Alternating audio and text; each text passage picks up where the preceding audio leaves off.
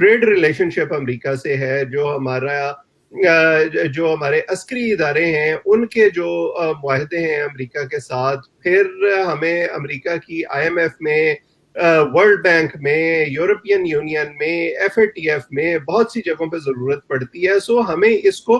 تھوڑا ٹیکٹ فلی ڈیل کرنا چاہیے تھا, بجائے اس کے کہ ہم امریکہ کو فوراً آنکھیں دکھانا شروع کر دیں کہ جی ٹھیک ہے آپ اگر ہمارے ساتھ یہ کر رہے ہیں تو ہمیں بھی آپ کی ضرورت نہیں ہے. یہ تمام معاملات جو ہیں یہ بیہائنڈ کلوز ڈورز حل کیے جاتے ہیں, ان کو اس طرح پبلکلی پریس میں یا اوپن میں ڈسکس نہیں کیا جاتا. اچھا یہ بھی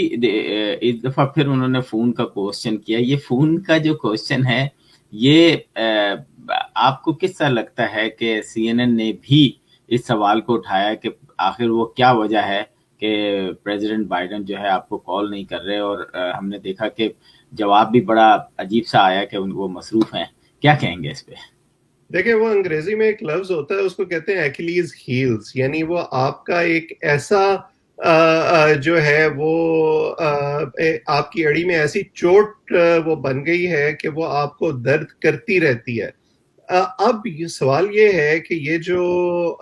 فون کا مسئلہ ہے یہ پہلی دفعہ اٹھایا کہاں سے گیا؟ امریکی انتظامیہ نے تو کبھی یہ نہیں کہا کہ ہم فون نہیں کر رہے عمران خان کو یا ہم ناراض ہیں, یا امریکی پریس میں بھی اس طرح کی جو ہیں وہ خبریں میرا نہیں خیال ہے کہ میں نے دیکھی ہیں فون کے حوالے سے. کبھی معید یوسف, کبھی شاہ محمود قریشی, ہمارے جو ذمہ داران ہیں وہ اس طرح کے بیانات دیتے رہے ہیں کہ جی دیکھیں وہ فون نہیں کر رہے اور وہ فون نہیں کریں گے تو ہمارے پاس دوسرے آپشنز بھی ہیں. تو اب ظاہر ہے کہ جو میڈیا ہے اس کا تو ایک خاص مزاج ہوتا ہے, انہیں تو کنٹروورسی چاہیے, اور اگر اس طرح سے ایک کنٹروورسی بن رہی ہے جس کا ان کو اندازہ ہے کہ اس بنیاد پر پاکستان کو مزید پنچ کیا جا سکتا ہے, مزید چھیڑا جا سکتا ہے, تو ظاہر ہے وہ اس کو استعمال کریں گے. سو میرے خیال میں یہ اس کا یہ جواب دینا کہ جی دیکھیں وہ بزی ہوں گے یا ان کے پاس ٹائم نہیں ہوگا, اس کا بڑا آسان جواب ہے. آپ یہ کہہ سکتے ہیں کہ جی دیکھیں ابھی ہمارے پاس ڈسکس کرنے کو کچھ نہیں ہے, جب ڈسکس کرنے کے لیے کوئی ایجنڈا ہوگا تو ہم اس پر بات کر لیں گے. اور فی الحال جو دیگر وفود ہیں وزرائے خارجہ کی سطح پر, جو ہمارے عسکری ادارے ہیں ان کی سطح پر, اور NSAs کی سطح پر ملاقاتیں ہو رہی ہیں, بات چیت ہو رہی ہے, انگیجمنٹ جاری ہے, اور ملکوں کے درمیان یہی ہوتا ہے. ضروری تو نہیں ہے کہ ہر وقت سربراہان مملکت جو ہے وہ آپس میں بات چیت کریں, لیکن اکثر مواقع پر میں نے یہ دیکھا ہے کہ ہمارے وزیر اعظم جو ہیں وہ بات کو آرٹیکولیٹ نہیں کر پاتے اس طرح سے. اگر میں معذرت کے ساتھ ان کے جو مداح ہیں ان سے یہ کہہ سکوں کہ وہ شاید کہنا کچھ اور چاہتے ہیں لیکن الفاظ کے چناؤ میں شاید وہ اتنی احتیاط نہیں برتتے جتنی ان کو برتنی چاہیے. اچھا یہ باتیں آپ کی تو سمجھ میں آ گئیں اور لوگوں کی بھی سمجھ میں آ گئی. عمران خان کی اس بات سمجھ میں نہیں آ رہی کہ ابھی تک بھی انہوں نے اس طرح کا جواب نہیں دیا, جیسا کہ آپ نے بتایا کہ بڑے آرام سے وہ اس سوال کا جواب یہ دے سکتے تھے. لیکن ہم نے دیکھا کہ اس انٹرویو میں وہ طالبان کی ترجمانی کرتے نظر آئے. کیا آپ کو لگا ایسا کہ وہ عورتوں کے حقوق کے بارے میں بھی اور دوسری چیزوں کے جی ان کو ٹائم دیں, جیسے لگ رہا ہے کہ وہ ترجمان بنے ہوئے ہیں؟ کیا کہیں گے اس پہ؟ دیکھیں حالیہ عرصے میں جو مسٹرسٹ بڑا ہے پاکستان اور امریکہ کے درمیان, خاص طور پر افغانستان کی صورتحال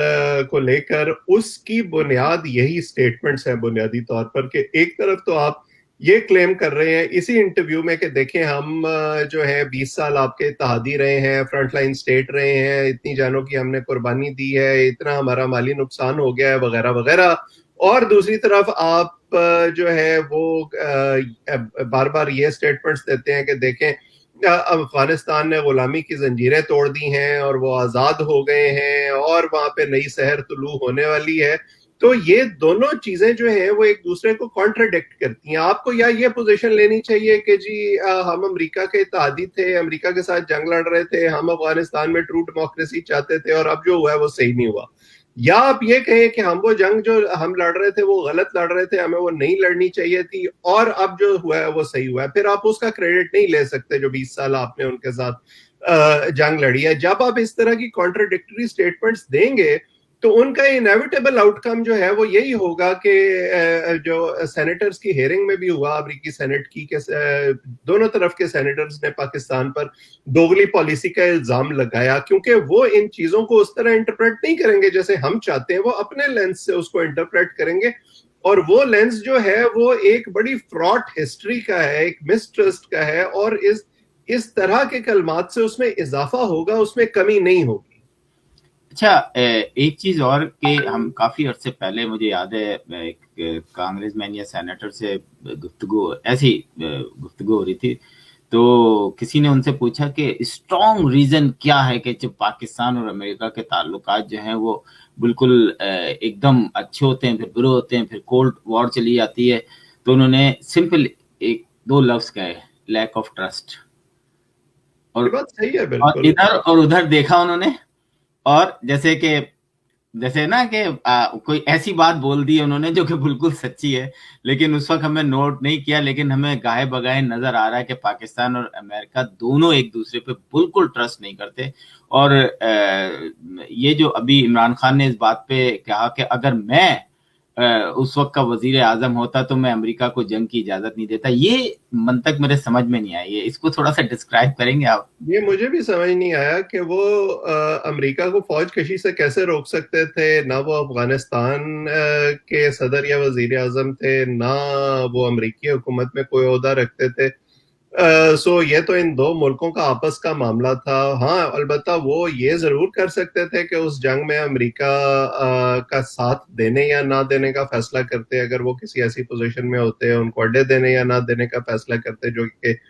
اس دفعہ انہوں نے کیا. اور میں ذاتی طور پر سمجھتا ہوں کہ یہ اچھا فیصلہ تھا کہ آپ نے ایک واضح پوزیشن لی اور آپ اس جنگ میں فریق نہیں بنے اس دفعہ. لیکن یہ کہنا کہ اس وقت میں اجازت نہ دیتا شاید یہ صحیح نہیں ہے. اور اسی طرح اس انٹرویو میں آپ نے اگر نوٹس کیا ہو, یقیناً آپ نے کیا ہوگا, جو حقانی نیٹ ورک کے حوالے سے انہوں نے گفتگو کی کہ وہ تو افغانستان کا ایک ٹرائب ہے, وہ بھی حقیقت پر مبنی بات نہیں ہے. کہ اصل میں تو وہ جو مدرسہ حقانیہ ہے اکوڑا خٹک کا, وہاں سے جو فارغ التحصیل لوگ ہیں وہ اپنے نام کے ساتھ حقانی لگاتے ہیں. سو یہ جو نان فیکچول میں کہوں گا چیزیں ہیں, جو اگرچہ خان صاحب نے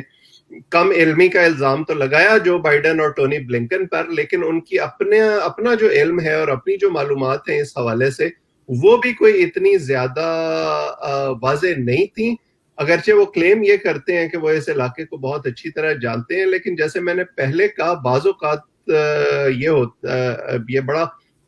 کھل کے یہ لگتا ہے کہ وہ کہنا کچھ اور چاہتے ہیں, لیکن ان سے الفاظ کا چناؤ اس طرح سے نہیں ہوتا جیسے ہونا چاہیے. بالکل. ٹونی بلنکن اور امریکن میڈیا جو ہے حال ہی میں, آپ جو ہیں ان کو کس طریقے سے دیکھتے ہیں, پاکستان کے حوالے سے یا پاکستان کے اس انٹرویو سے, یا پہلی جو عمران خان کی جو بھی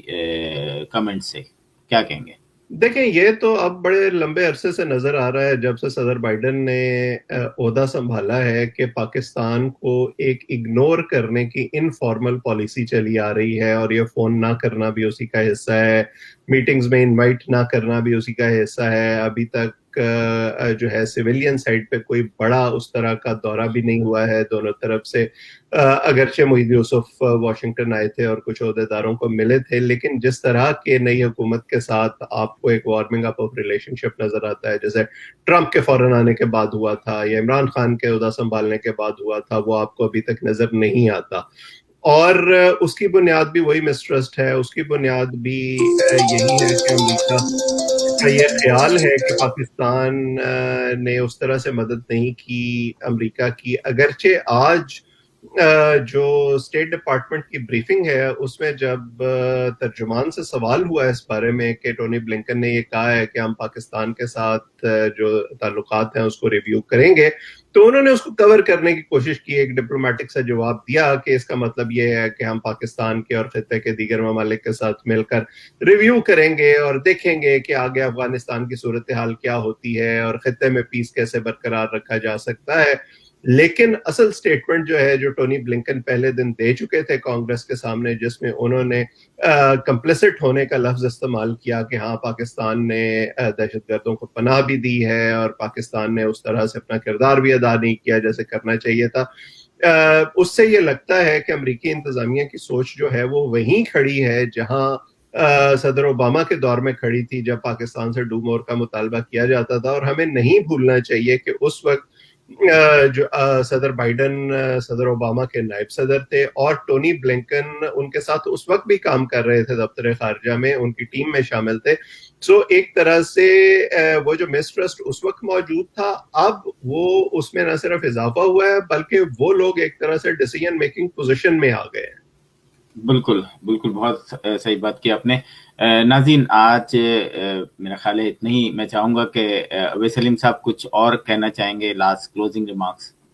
نہیں, میرا خیال ہے کہ ہم نے انٹرویو کے حوالے سے اور اس کی امپلیکیشنز کے حوالے سے تو کافی گفتگو کر لی ہے. میرا بس اتنا کہنا ہوگا آخر میں کہ اگر ہمارے ذمہ داران یہ سوچ لیں کہ ہر لفظ جو وہ ادا کرتے ہیں اس سے ان کے مداح تو شاید خوش ہوں, ڈومیسٹک آڈینس تو شاید اس کی بنیاد پر ڈھول بجانا شروع کر دے, لیکن آج کی دنیا میں آپ اس کی بنا پر جو دیگر ممالک ہیں ان کو مطمئن نہیں کر سکتے. خاص طور پر ایک ہسٹری اگر رہی ہے آپ کے ساتھ, آپ پر مسٹرسٹ کی, آپ کے کردار کے حوالے سے شکوک و شبہات کی, تو ضروری یہ ہوتا ہے ڈپلومیسی میں کہ آپ الفاظ کا چناؤ بڑا محتاط کریں, اور اگر آپ کو کوئی شکایت کرنی بھی ہے, کوئی معاملات طے کرنے بھی ہیں, تو اس کو بیہائنڈ کلوز ڈورز کریں. انگیجمنٹ جو ہے اس کو جاری رکھیں اور اپنے انڈے کبھی بھی ایک باسکٹ میں مت ڈالیں, جیسے آج کل ہم نے چائنا کی باسکٹ میں ڈالے ہوئے ہیں اور ہمارا خیال ہے کہ ہمیں کسی اور کی ضرورت نہیں ہے. آپ ضروری نہیں ہے کہ آپ کو ہر ملک سے محبت ہو, لیکن سب کو ساتھ لے کے چلنا اور کہیں نہ کہیں ایک ایسا ارینجمنٹ کرنا جس کے ساتھ تمام ممالک کے ساتھ آپ کا گیو اینڈ ٹیک کی بنیاد پہ کوئی تعلق قائم ہو, وہ ضروری ہے. اور میں امید کرتا ہوں کہ ہمارا جو دفتر خارجہ ہے اور ہمارے وزیر اعظم جو ہیں وہ اس بات کو سمجھیں گے.